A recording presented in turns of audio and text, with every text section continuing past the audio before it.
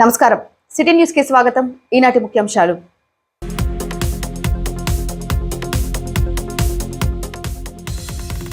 వినికొండ రామలింగేశ్వర స్వామి ghat road పనులు పరిశీలన, లోపాలు సరిదిద్ది పూర్తి చేస్తామన్న చీఫ్ విప్ జీవి మక్కెనలు.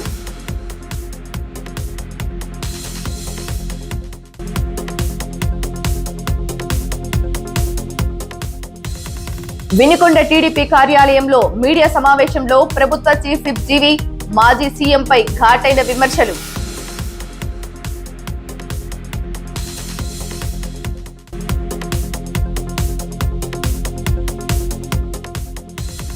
ముప్పాళ్ల చెన్నయ్య 9వ వర్ధంతి సందర్భంగా తన తనయుడు ఏజీపీ ముప్పాళ్ల జ్ఞానేశ్వరరావు గుంటి ఆంజనేయ స్వామి ఆలయంలో అన్నదాన కార్యక్రమం.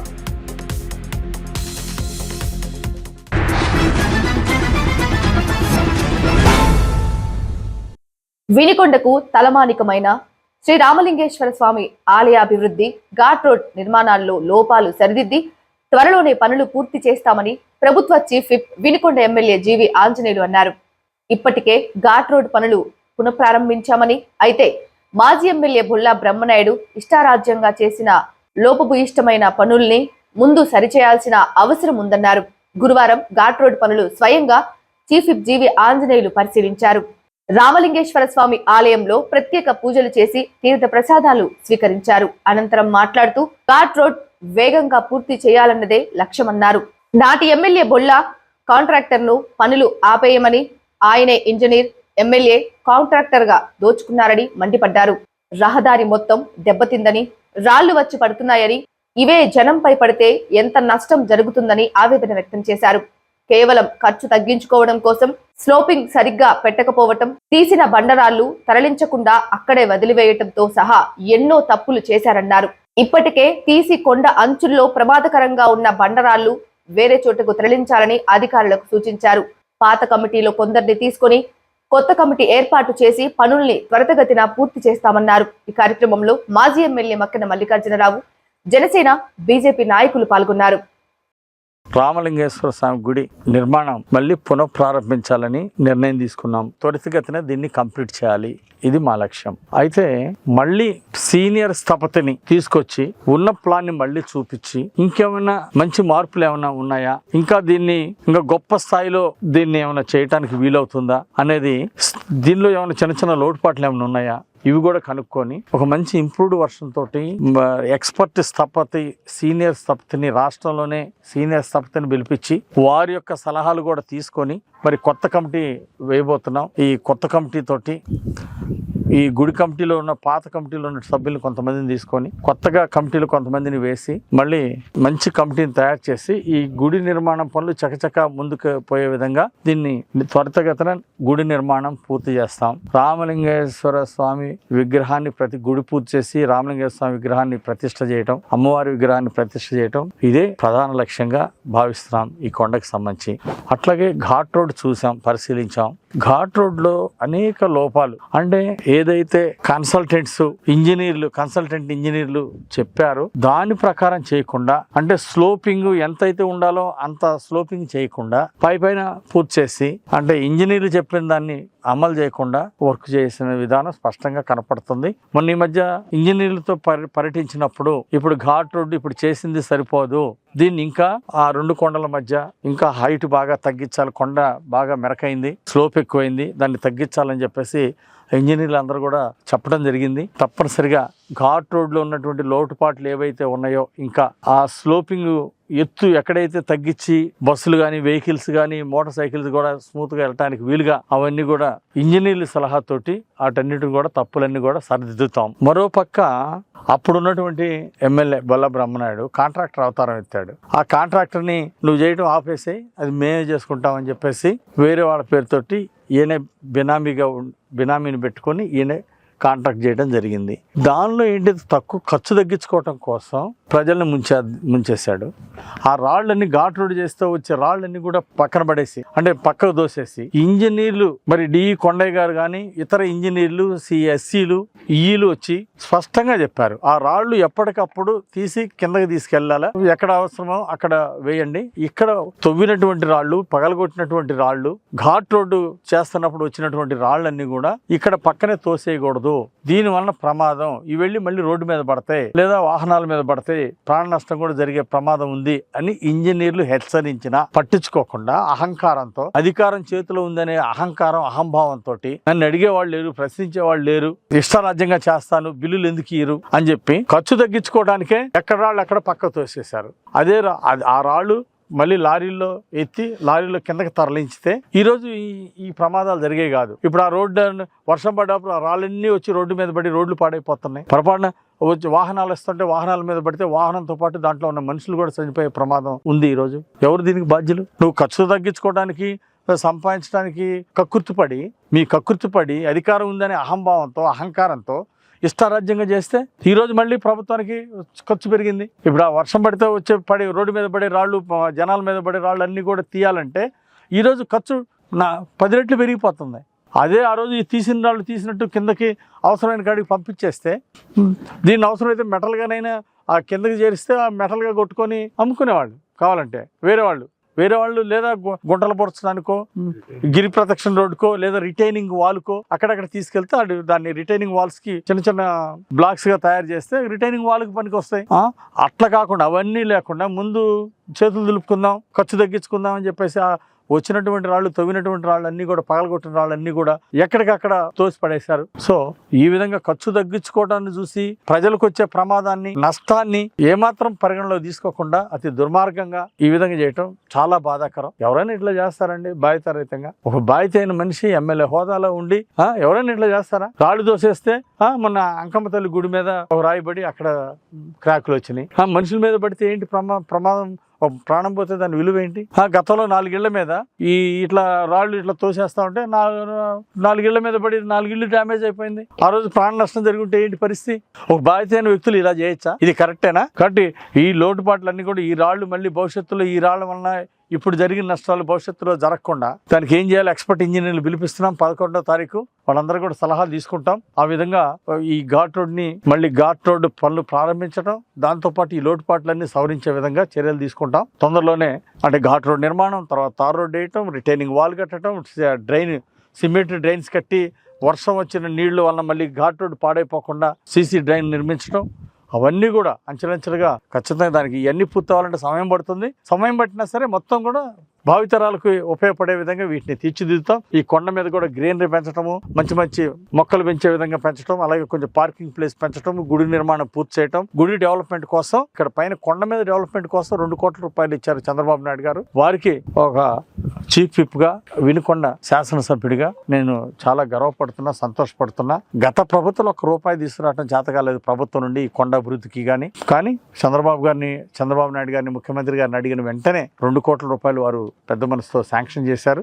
10 లక్షల కోట్లు అప్పుల్లో ఉన్నా కానీ రాష్ట్రం, ఆయన ఈరోజు రామలింగేశ్వర స్వామి చాలా విశిష్టమైనటువంటి దేవాలయము. ఇక్కడ దీన్ని ఒక పర్యాటక కేంద్రంగా, ఒక పుణ్యక్షేత్రంగా దీన్ని బాగా అభివృద్ధి చేయాలని చెప్పేసి చంద్రబాబు గారిని కోరిన వెంటనే 2 కోట్ల రూపాయలు వాళ్ళు నిధులు శాంక్షన్ చేయటం చాలా సంతోషం. ఆ 2 కోట్లు కూడా ఇక్కడ చక్కగా దేని ఖర్చు పెట్టాలో దానికి ఒక కమిటీని వేసి ఇంజనీర్లతో అందరితో కమిటీతో డిస్కస్ చేసి అవన్నీ కూడా పనులన్నీ కూడా పూర్తి చేస్తామని ఈ సందర్భంగా మనవి చేస్తున్నా. ఈ రోజు ఈ పర్యటనకు వచ్చినటువంటి మాజీ శాసనసభ్యులు మక్కన మల్లికార్జున గారికి, అట్లాగే జనసేన నాయకులు నాగసీను రాయల్ గారికి, బీజేపీ నాయకులు మేడం రమేష్ గారికి, నాతో పాటు వచ్చినటువంటి కౌన్సిలర్లకు, సీనియర్ నాయకులకు అందరికీ పేరు పేరున నేను హృదయపూర్వక నమస్కారాలు, ధన్యవాదాలు తెలియజేస్తున్నా. ఖచ్చితంగా ఈ పనులన్నీ సంపూర్ణంగా పూర్తి చేసి రామలింగేశ్వర స్వామి యొక్క ఆశీస్సులు పొందుతాం. ప్రజల యొక్క ఆశీస్సులు ఎల్లవేళ, మంచి పనులు చేసే వాళ్ళకి ఎప్పుడు ప్రజల ఆశీస్సులు ఉంటాయి. ప్రజలందరి సహకారంతో ఈ గుడి నిర్మాణం కూడా పూర్తి చేస్తాం. ప్రభుత్వ సహకారంతో ఘాట్ రోడ్ నిర్మాణం పూర్తి చేసి తార్ రోడ్డు తొందరలో పూర్తి చేస్తాం. Thank you. బాధ్యత రాహిత్యంతో, మొండితనంతో, అవగాహన లేకుండా చేసినటువంటి పని ఈ రోజు మరలా తెలుగుదేశం ప్రభుత్వంలో జీవి ఆంజనేయులు గారి నేతృత్వంలో మరలా ముఖ్యమంత్రి గారు మేమందరం పోయి కలవడం జరిగింది. ఆయన ఒకటే హామీ ఇచ్చారు, ఎంత ఖర్చు అయినప్పటికీ ఆ ఘాట్ రోడ్డు నిర్మాణానికి పూర్తి స్థాయిలో ముఖ్యమంత్రి చంద్రబాబు గారు అనుమతులు ఇవ్వడం జరిగింది. తప్పనిసరిగా మన చీఫ్ విప్ గారి నేతృత్వంలో వీటన్నిటిని పూర్తి స్థాయిలో అనుభవజ్ఞులైనటువంటి ఇంజనీర్లను తీసుకొచ్చి తప్పనిసరిగా కాంట్రాక్ట్ వ్యవస్థ ద్వారానే వారి పర్యవేక్షణలో ఇది పూర్తి చేస్తామని ఈ సందర్భంగా మనవి చేస్తున్నా. ఇంకా పోతే గుడికి సంబంధించి ఆ రోజున అటు జీవి ఆంజనేయులు గారు మేమందరం కూడా ఇక్కడికి రావడం జరిగింది. దాదాపు 6 కోట్ల రూపాయలు ప్రైవేటుగా అందరం కూడా ఎవరి స్తోమత కొందోళ్ళు నిధులు సమకూరిస్తే ఇప్పటికి నాకు తెలిసి 3 కోట్ల పైచీలకు కాంట్రాక్టర్కి ఇస్తే అది అస్తవ్యస్తంగా ఉంది. దీంట్లో కూడా ఎక్కడ మరి పూర్తి స్థాయిలో ఇంజనీర్ల పర్యవేక్షణ కానీ లేకపోతే ఎండోమెంట్ వారి పర్యవేక్షణ లేకుండా ఈ విధంగా మొండిగోడలుగా మిగిల్చారు. మన అనేక గ్రామాల్లో చూస్తున్న 3.5 కోట్ల రూపాయలు వ్యయం అయితే ఈరోజు ఈ పరిస్థితి ఉందంటే దీన్ని ఏమనాలి? ఎంత బాధ్యతారాహిత్యం ఇది? ఇప్పటికి కూడా మేము గౌరవ శాసనసభ్యుల వరకు ఒకటే మనవి చేస్తున్నా, ప్రభుత్వ అధికారుల ద్వారాగా ప్రైవేటు భాగస్థులమైనటువంటి మేమందరం కూడా ఇంకా 3 కోట్ల రూపాయల నిధులు ఉన్నాయి. గుడికి సంబంధించి ఎటువంటి నిధులు కొరత లేదు. తప్పనిసరిగా స్థపతులను పిలిపించి వాస్తు ప్రకారం పూర్తి స్థాయిలో దాని నిర్మాణాన్ని చేపట్టాలని మన గౌరవ శాసనసభ్యుల వారికి ప్రజల తరఫున ఒక భక్తుడిగా విజ్ఞప్తి చేస్తున్నా. ఘాట్ రోడ్ నిర్మాణాన్ని కూడా త్వరలోనే పూర్తి చేస్తామని ఈ సందర్భంగా తెలియజేస్తూ, త్వరలోనే ఈ మంచి ప్రభుత్వంలో ఇవన్నీ కూడా పూర్తి చేస్తామని ఈ సందర్భంగా తెలియజేస్తాం. అనగానే వినుకొండ జనానికి కానీ నియోజకవర్గ జనానికి గుర్తుకొచ్చేది మన కొండపైన రామలింగేశ్వర స్వామి గుడి. ఈ గుడిని ఎప్పటి నుంచో మనకి 365 రోజులు చూస్తుంటాం. తొలి ఏకాదశి పండుగ ఎప్పుడు వస్తుందా, గుడికాడికి పోయి దేవుణ్ణి చేసుకుందామనే ఆశతో వినుకొండ ప్రజలంతా ఉన్నారు. దానికి అమ్మ టెస్ట్ వాళ్ళు గుడికి ఘాట్ రోడ్ నిర్మించాలని ఆ రోజున సంకల్పించారు. దాన్ని చేశారు కానీ అతలాకుతలంగా చేశారు. ఇప్పుడు జీవి ఆంజనేయ గారి ఆధ్వర్యంలో రోడ్డు గుడి మొత్తం బాగా చేసి అలాగే పార్కు ఇవన్నీ కూడా ఏర్పాటు చేస్తే మన వినుకొండ జనాభాకి ఎంతో ఉపయోగపడుతుందని ఆంజనేయుల గారిని త్వరగా పూర్తి చేయాలని కోరుకుంటూ సెలవు తీసుకుంటాం. గౌరవ శాసనసభ్యులు చీఫ్ విప్ జీవి ఆంజనేయులు గారి యొక్క పర్యవేక్షణలో ఈ రోజున మరి ఘాట్ రోడ్డుని పరిశీలించడం జరిగింది. అయితే మాకు ఈ పరిశీలన అర్థమైంది ఏంటంటే, బ్రహ్మనాయుడు గారు ఇక ఈ ఘాట్ రోడ్డు నిర్మాణం కాకూడదని మరి ఆయన మనసులో ఉందో ఏమో తెలియదు, కానీ అసలు ఆ రాళ్ళు చూస్తూ ఉంటే ఎక్కడ ఉంటే తీసుకెళ్తారు. ఆ రోజున కనీసం ఇక్కడ వడ్డీ రాస్తున్నారు, వాళ్ళకి చెప్పినా కానీ తీసుకెళ్ళి అమ్ముకునేవాళ్ళు. ఈ రోజున వాళ్ళు లేరు. వాళ్ళ ట్రాక్టర్ వస్తే లేకపోతే వాళ్ళు మనసులో వస్తే అసలు వాళ్ళని తీసుకునేది. ఆ రకంగా ఇక్కడ రాళ్ళని అడ్డం పెట్టి మరి ఒకవేళ అధికారులు కనుక ఏదైనా చెప్తే ఇది కాదు ఇదంటే వాళ్ళు ఏమంటాడు, నువ్వేదో తెలుగుదేశం వాళ్ళు లేకుండా నువ్వేదో ఆంజనేయ మనిషి లేకుండా అని చెప్పి ఈ రకంగా ప్రచారం చేసి వాళ్ళు చెప్పింది కూడా చేయకుండా ఏకపక్షంగా అది అధికారులు చెప్పినట్టు కూడా చేయకుండా మాట్లాడితే ఏం చెప్తాడు, ఒక మంత్రి రాగానే ఈ మంత్రి 5 కోట్లు ఇచ్చాడు అంటాడు, ఇంకో మంత్రి రాగానే 2 కోట్లు ఇచ్చాడు అంటాడు, ఇంకో మంత్రి రాగానే కోటి అంటాడు. ₹1 రాలేదు దీనికి. ఈ రకంగా మధ్య పెట్టి మాకు చేశాడు. ఇది ఆంజనేయ గారు ఏనాడైతే శంకుస్థాపన చేశాడు, మరలా ఆయన సమక్షంలోనే పని అవుతుందనేది ఆ భగవంతుడు రాసిపెట్టాడు. అందుకనే ఆయన సమక్షంలోనే మళ్ళీ ఆయన ఆధ్వర్యంలోనే ఈ కార్యక్రమం జరగబోతా ఉన్నాయి. మీ అందరం కూడా ఈ ప్రజల సహకారంతో అందరం కూడాను కలిసి మరి ఆంజనేయ గారి ఒక పర్యవేక్షణలో ఇదంతా పూర్తి చేస్తుందని చెప్పి సందర్భంగా మనం సెలవు తీసుకుంటాం. ఆంధ్రప్రదేశ్ రాష్ట్ర నూతన డీజీపీగా బాధ్యతలు స్వీకరించిన హరీష్ కుమార్ గుప్తాని మర్యాదపూర్వకంగా మంగళగిరిలోని హెడ్ క్వార్టర్స్ లో కలిసి శాలువతో సన్మానించి మొక్కను అందజేసిన పల్నాడు జిల్లా BJP general secretary madam Ramesh. ఈ సందర్భంగా రమేష్ 2021వ సంవత్సరంలో తనపై జరిగిన హత్యాయత్నం కేసును సిబిసిఐడితో విచారణ చేయించాలని వినతిపత్రం సమర్పించారు. ఆ రోజున ఎఫ్ఐఆర్ లో పెట్టినటువంటి ముద్దాయిలను అప్పటి పోలీసులు ఛార్జిషీట్ లో పేర్లు తొలగించి కోర్టులో వేశారని, దానిపై రమేష్ అభ్యంతరం దాఖలు చేశారని చెబుతూ ఈ కేసును వెంటనే సిబిసిఐడి చేత దర్యాప్తు చేయించాలని కోరారు. ఈ కార్యక్రమంలో బీజేపీ నాయకులు నారిశెట్టి మహేష్, శివాజీ, వెంకయ్య, ముల్కా, సీతారాం, కాలువ నరేష్ తదితరులు పాల్గొన్నారు.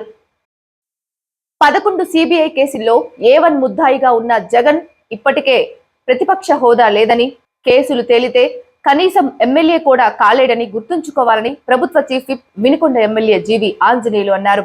మళ్లీ వస్తా జగన్ 2.0 అంటున్న జగన్ది వీడిపోతున్న పార్టీ నాయకుల్ని కాపాడుకోవడానికి మేకపోతు గాంభీర్యం తప్ప మరొకటి కాదని ఎద్దేవా చేశారు.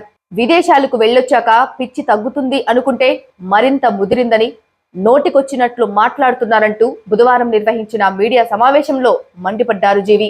జగన్ నిర్వాహకాల గురించి ప్రజలు కొత్తగా చూడాల్సిందేం లేదన్నారు. 16 నెలలు జైల్లో ఉండొచ్చిన తండ్రి మీద సానుభూతితో ప్రజలు ఒక్క అవకాశం అంటే నమ్మిన పాపానికి నట్టేట ముంచాడని, సొంత పార్టీ కార్యకర్తల్ని గాలికి వదిలేశాడని, రాష్ట్రాన్ని దివాలా తీయించాడన్నారు. అందుకే 30 ఏళ్లు పాలిస్తా అన్న జగన్ కు సరైన రిటర్న్ గిఫ్ట్ ఇచ్చిన ప్రజలు మళ్ళీ 2.0 అంటే నమ్మే పరిస్థితి లేదన్నారు. విదేశాలు వెళ్ళొచ్చాక జగన్కి కాస్త పిచ్చి తగ్గుతుందేమో అనుకుంటే ఇంకా పిచ్చి ముదిరిపోయింది.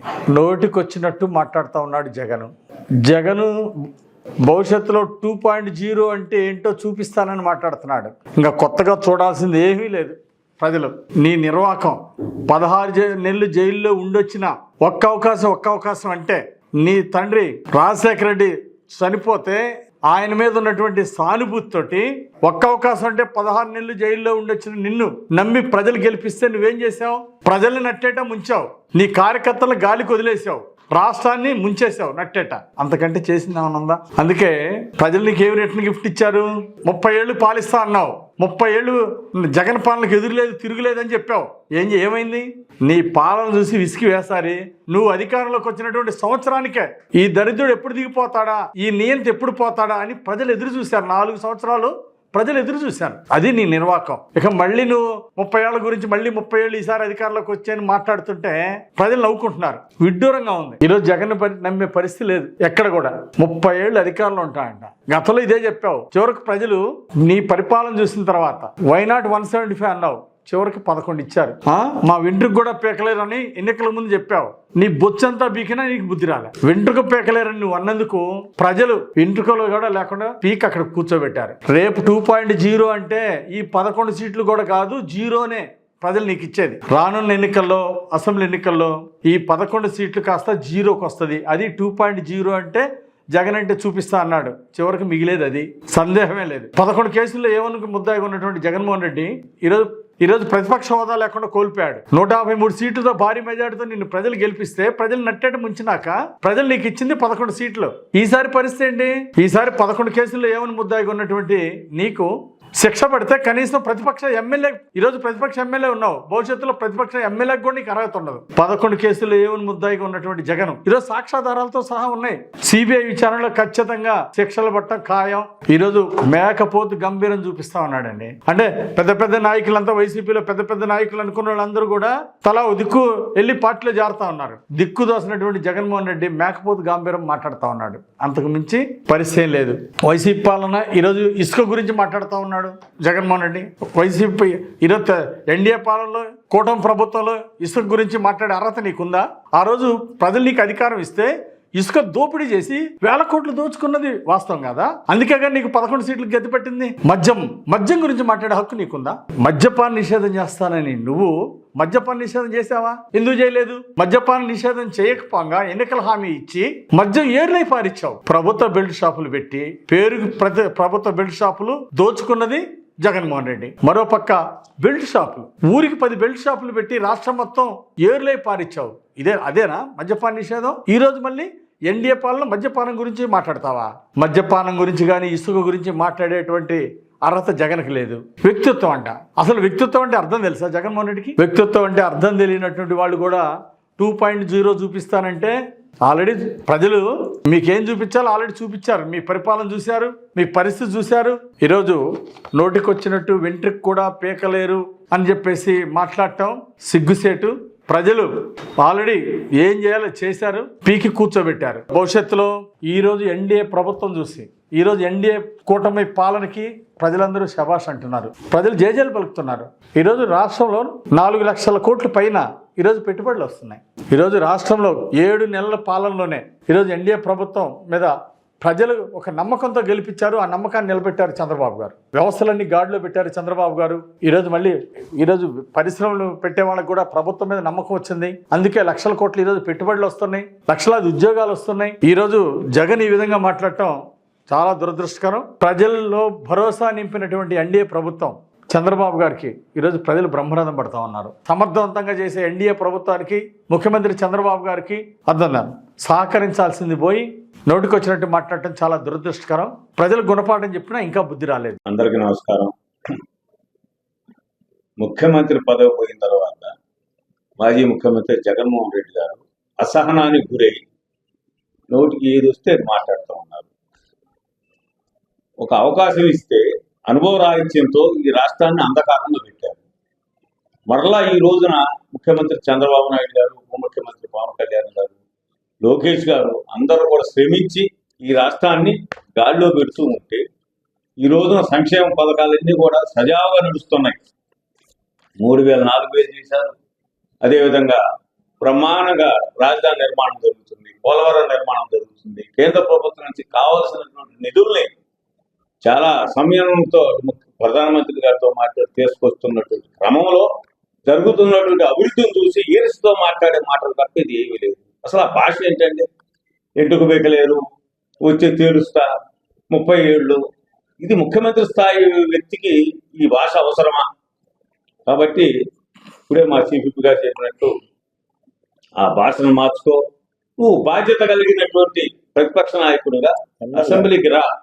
ఆ ప్రతిపక్ష స్థానం కూడా లేనప్పటికీ గౌరవంగా ఒక ఎమ్మెల్యేగా, మాజీ ముఖ్యమంత్రిగా అసెంబ్లీకి వచ్చి ఈ ప్రభుత్వంలో ఏదైనా లోటుపాట్లు ఉన్నట్టయితే తప్పనిసరిగా ప్రభుత్వం దృష్టికి, ప్రజల దృష్టికి తీసుకురావాల్సిన బాధ్యత పులివెందుల ప్రజలు నీకు కట్టబెట్టారు. దాన్ని కూడా దుర్వినియోగం చేసుకుంటూ అసెంబ్లీకి పోకుండా, ఈ రాష్ట్రంలో ఉండకుండా ఎక్కడో లండన్లో వచ్చిన తర్వాత అసహనం గురికావడం అనేది ప్రజలందరూ గమనిస్తూ ఉన్నారు. ఈ రోజున ఈ రాష్ట్రంలో ప్రభుత్వం ఏ విధంగా నడుస్తుంది, ప్రతిపక్షంలో ఉన్నటువంటి మీరే పాత్ర పోషిస్తున్నారనేది ప్రజలందరూ నిశ్చితంగా గమనిస్తున్నారు. ఇంకా భవిష్యత్తులో ఇదే విధంగా నడుచుకున్నట్టయితే ఆ ఉన్నటువంటి ఆ స్థానం కూడా ఉండదని ఈ సందర్భంగా మనం చేస్తాం. గురపనాయుడుపాలెం మాజీ సర్పంచ్ మరియు మాజీ పిఎసిఎస్ అధ్యక్షులు ముప్పాళ్ల చెన్నయ్య 9వ వర్ధంతి కార్యక్రమాన్ని పల్నాడు రోడ్డులోని పెట్రోల్ బంక్ వద్ద గల చెన్నయ్య విగ్రహానికి కుమారుడు, ప్రముఖ లాయర్ ఏజీపీ ముప్పాళ్ల జ్ఞానేశ్వరరావు, తల్లి ముప్పాళ్ల నారాయణమ్మ, కుటుంబ సభ్యులు మరియు న్యాయవాదులు, అభిమానులు పెద్ద ఎత్తున పాల్గొని విగ్రహానికి పూలమాలలు వేసి ఘన నివాళులు అర్పించారు. ఈ సందర్భంగా న్యాయవాదులు మాట్లాడుతూ ముప్పాళ్ల చెన్నయ్య ఆయన బ్రతుకుండగా చేసిన పలు సేవా కార్యక్రమాలను ఈ సందర్భంగా కొనియాడారు. అనంతరం గుంటి ఆంజనేయ స్వామి ఆలయంలో అన్న సంతర్పణ కార్యక్రమం నిర్వహించారు. కార్యక్రమంలో ప్రముఖ న్యాయవాదులు, బార్ ప్రెసిడెంట్ కేఎస్ఎం నాయుడు తదితరులు పాల్గొని నివాళులు అర్పించారు. మా నాన్నగారు కీర్తిశేషులు శ్రీ ముప్పాల చెన్నయ్య గారి 9వ వర్ధంతి సందర్భంగా ఈ గుంటి ఆంజనేయ స్వామి గుడి కమిటీ వారు మా కోరిక మేరకు ఈ అన్న వితరణ కార్యక్రమాన్ని ఏర్పాటు చేసినందుకు ముందుగా కమిటీ వారికి హృదయపూర్వకంగా ధన్యవాదాలు తెలుపుకుంటున్నాను. ఇప్పుడు మా నాన్నగారు చనిపోయి 9 సంవత్సరాలైంది. ప్రతి సంవత్సరం కూడా నవంబర్ 5వ తారీఖున జయంతి, ఫిబ్రవరి 6వ తారీఖున వర్ధంతికి నాకు అవకాశం ఇచ్చారు గుడి కమిటీ వారు. వారికి మళ్ళీ హృదయపూర్వక ధన్యవాదాలు తెలుపుకుంటున్నాను. మా నాన్నగారు తన జీవితకాలంలో మా గ్రామం గురపనాయుడుపాలెం గ్రామ సర్పంచ్గా, గురపనాయుడుపాలెం ప్రాథమిక వ్యవసాయ సహకార పరపతి సంఘానికి 42 గ్రామాలకి గుంటూరు జిల్లాలోని అతిపెద్ద సొసైటీ, మరి 1993 నుంచి 96 వరకు సొసైటీ ప్రెసిడెంట్గా, 2006 నుంచి 13 వరకు మా గ్రామ సర్పంచ్గా, పార్టీ కష్టకాలం ఉన్నప్పుడు నూజాల మండలం తెలుగుదేశం పార్టీ అధ్యక్షులుగా 83 నుంచి 89 వరకు ఇట్లా వివిధ పదవులు నిర్వహించున్నారు. తెలుగుదేశం పార్టీ కౌన్సిలర్గా విష్ణుమూర్తి పోటీ చేస్తున్నారు. తన జీవితకాలంలో తెలుగుదేశం పార్టీ అంటే ప్రాణం ఇచ్చేవారు. ఎన్టీఆర్ వీరాభిమాని. ఆయన గుర్తుగా నందమూరి కళా పరిషత్ సంస్థను స్థాపించి దాని గౌరవ అధ్యక్షులుగా ఉంటూ ఆర్టీసీ బస్టాండ్ వద్ద నందమూరి కళా పరిషత్ తరపున ఎన్టీఆర్ కాంస్య విగ్రహ దాతగా ఆ రోజుల్లో 2002లో కాంస్య విగ్రహాన్ని డొనేట్ చేసి జూనియర్ ఎన్టీఆర్ని కూడా పిలిపించి స్థానిక ప్రస్తుత శాసనసభ్యులు మరియు చీఫ్ విప్ జీవి ఆంజనేయులు గారి సహకారంతో ఆ రోజు విగ్రహావిష్కరణ చేయడం జరిగింది. ఆయన గుర్తుగా ఆయన మా మధ్య లేకపోయినప్పటికీ ఆయన స్మరించుకుంటూ ఆయన జ్ఞాపకాలతోటి కుటుంబ సభ్యులు మరియు మా న్యాయవాద మిత్రుల సహకారంతో ఈరోజు ఈ కార్యక్రమాన్ని ఏర్పాటు చేసుకున్నాను. ఈ కార్యక్రమానికి వచ్చిన నా తోటి న్యాయవాదులకు, సీనియర్ న్యాయవాదులకు, అట్లానే భక్త బృందానికి, కమిటీ వారికి కూడా హృదయపూర్వక ధన్యవాదాలు తెలుపుకుంటూ ఒకసారి మా నాన్నగారిని స్మరించుకుంటూ జోహార్ ముప్పాల చెన్నయ్య గారు, జోహార్ ముప్పాల చెన్నయ్య గారు, జోహార్ ముప్పాల చెన్నయ్య గారు. బొల్లాపల్లి మండలంలో బాలల హక్కుల పరిరక్షణ కమిషన్ సభ్యురాలు బత్తుల పద్మావతి ఆకస్మిక తనిఖీలు నిర్వహించారు. మండలంలోని అంగన్వాడీ, కస్తూరిబా గాంధీ పాఠశాల, మోడల్ స్కూళ్లను తనిఖీ చేశారు. మెనూ ప్రకారం ఆహార పదార్థాలు లేవన్నారు. కస్తూరిబా గాంధీ పాఠశాలలో కాలం చెల్లిన చిక్కీలు 400 ఉండటంతో అవి విద్యార్థులు తింటే అనారోగ్యానికి గురికారా అని సిబ్బందిని ప్రశ్నించారు. వీరిపై చర్యలు తీసుకోవాలని అధికారులకు ఆదేశించారు. కస్తూర్బా స్కూల్లో అవుట్డేటెడ్ చిక్కీలు నియర్లీ ఒక 400 దాకా ఉన్నాయి. వాళ్ళకి సంబంధించి ఆమె ప్రిన్సిపల్ అవి కూడా చూసుకోవాలి. అవుట్డేటెడ్ ఇస్తే వాళ్ళకి చాలా అనారోగ్యానికి గురవుతారు. కాబట్టి దాని మీద ఇర్రెస్పాన్సిబుల్గా ఉన్నారు కనుక షోకాజ్ నోటీస్ ఇవ్వమని చెప్పేసి డిస్ట్రిక్ట్ ఎడ్యుకేషన్ ఆఫీసర్ని ఆదేశించడం జరిగింది. అలాగే ప్లే గ్రౌండ్, అలాగే స్టోర్ రూమ్లో కూర్చోబెట్టారు ఇంటర్మీడియట్ పిల్లల్ని. ఇమీడియట్గా ఆ రూమ్లో ఉన్నటువంటి అవన్నీ కూడా తీసి పడేసి రూమ్ని క్లీన్ చేసేసి ఆ పిల్లలకి ఒక మంచి ఎన్విరాన్మెంట్ని క్రియేట్ చేయమని కూడా ఆదేశించడం జరిగింది. అలాగే రూమ్లో ఉన్నటువంటి ప్రాపర్ వెంటిలేషన్ కూడా లేదు, డోర్లన్నీ క్లోజ్ చేయడము, ఫ్యాన్స్ కూడా తిరగట్లేదు, రిపేర్లు ఉన్నాయి. అట్లనే బాత్రూమ్ డోర్సు బోల్టులు లేకుండా, అట్లనే గడులు లేకుండా కూడా ఇబ్బంది పడుతున్నారు. అలాగే డ్రింకింగ్ వాటర్ ఒకటి ప్రాబ్లం అయింది. అట్లనే రన్నింగ్ వాటర్ కూడా పిల్లలకి స్నానాలు ఒక్కపూటే చేస్తున్నామని కూడా చెప్పారు. ఈ రెండు రెక్టిఫై చేయమని మేము జీసీడీఓ అండ్ ఎడ్యుకేషన్ అధికారిని, జిల్లా విద్యాశాఖ అధికారికి కూడా ఆదేశాలు ఇవ్వడం జరిగింది. మోడల్ స్కూల్లో గ్రౌండ్ కూడా లేదు పిల్లలకి. ఉన్నా కూడా గ్రౌండ్ ఉంది కానీ అక్కడ ప్రాపర్గా అన్నీ క్లీన్గా లేవు. అదంతా కూడా చాలా డర్టీగా ఉంది. ఒక కుటుంబంలో కుటుంబం చూసుకునేటువంటి యజమాని చాలా నీట్గా మెయింటైన్ చేస్తే కుటుంబం అంతా చాలా ఆహ్లాదంగా, ఆరోగ్యంగా, ఆనందంగా ఉంటుంది. అలానే స్కూల్లో చూసుకోవాల్సినటువంటి ఒక అడ్మినిస్ట్రేషను, ప్రిన్సిపల్ ఇవన్నీ చూసుకుంటే ఈ సమస్యలన్నీ కూడా రెక్టిఫై చేయవచ్చు. ఈ రెక్టిఫై చేసే విధంగా కూడా మేము అన్ని రకాలుగా చర్యలు తీసుకుంటామని ఈ సందర్భంగా తెలియజేస్తాం. సిటీ న్యూస్ ఇంతటితో సమాప్తం. తిరిగి రేపటి సిటీ న్యూస్ లో మళ్ళీ కలుద్దాం. అంతవరకు సెలవు. నమస్కారం.